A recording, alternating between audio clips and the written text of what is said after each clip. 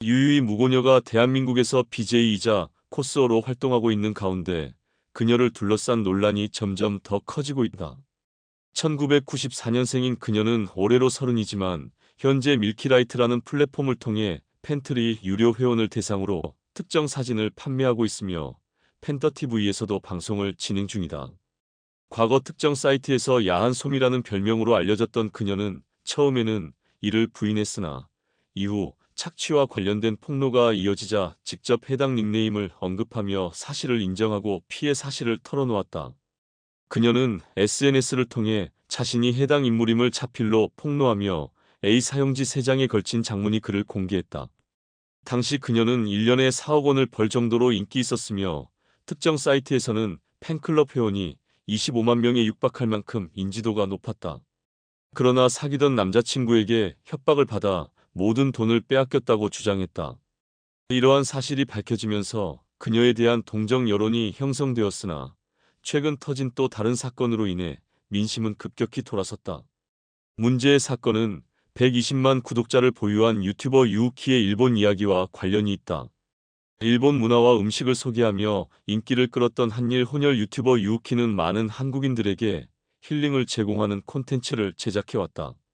그러나 밀키라이트는 SNS를 통해 유우키가 술자리에서 자신에게 불미스러운 행동을 저질렀다고 주장하는 폭로 글을 게시하며 논란을 일으켰다. 하지만 처음부터 이 폭로에는 수상한 점이 많았다. 밀키라이트는 얼굴을 공개하지 않은 유우키의 사진을 무단으로 유포하며 이런 얼굴을 가진 사람이 나한테 그런 짓을 할 리가 있겠냐라는 식으로 인신공격을 퍼부었다. 심지어 그녀는 만취 상태였던 유우키의 휴대폰을 몰래 열람하고 사생활 사진을 유출한 사실까지 스스로 폭로하며 오히려 역풍을 맞았다.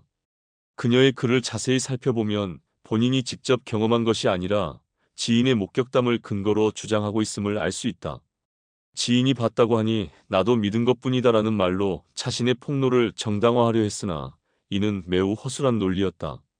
사건이 확산되자 유우키는 자신의 유튜브 커뮤니티를 통해 무고라며 반박했고 법적 대응을 진행하고 있음을 알렸다. 사건을 요약하면 밀키라이트는 지난해 4월 유우키에게 인스타그램 DM을 보내며 유우키님과 사귀려면 어떻게 해야 하나요? 라며 먼저 접근했다.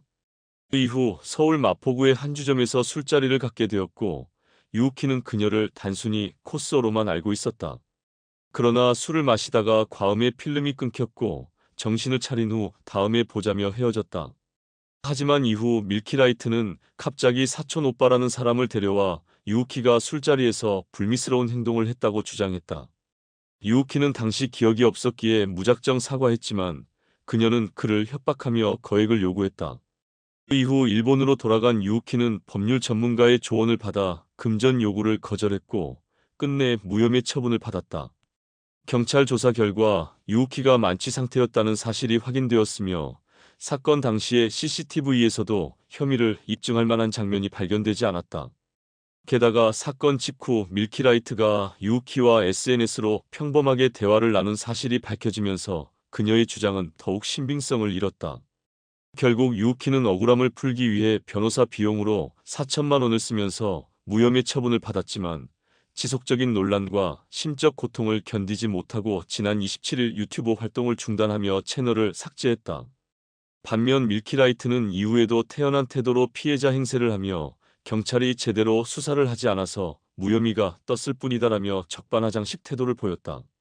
심지어 유우키의 얼굴 사진을 무단 유포하고 다른 방송에 출연해 장난스럽게 사건을 언급하며 비웃는 태도를 보였다. 이러한 태도는 대중들의 분노를 더욱 키웠으며 유우키의 억울함을 호소하는 목소리가 높아지고 있다.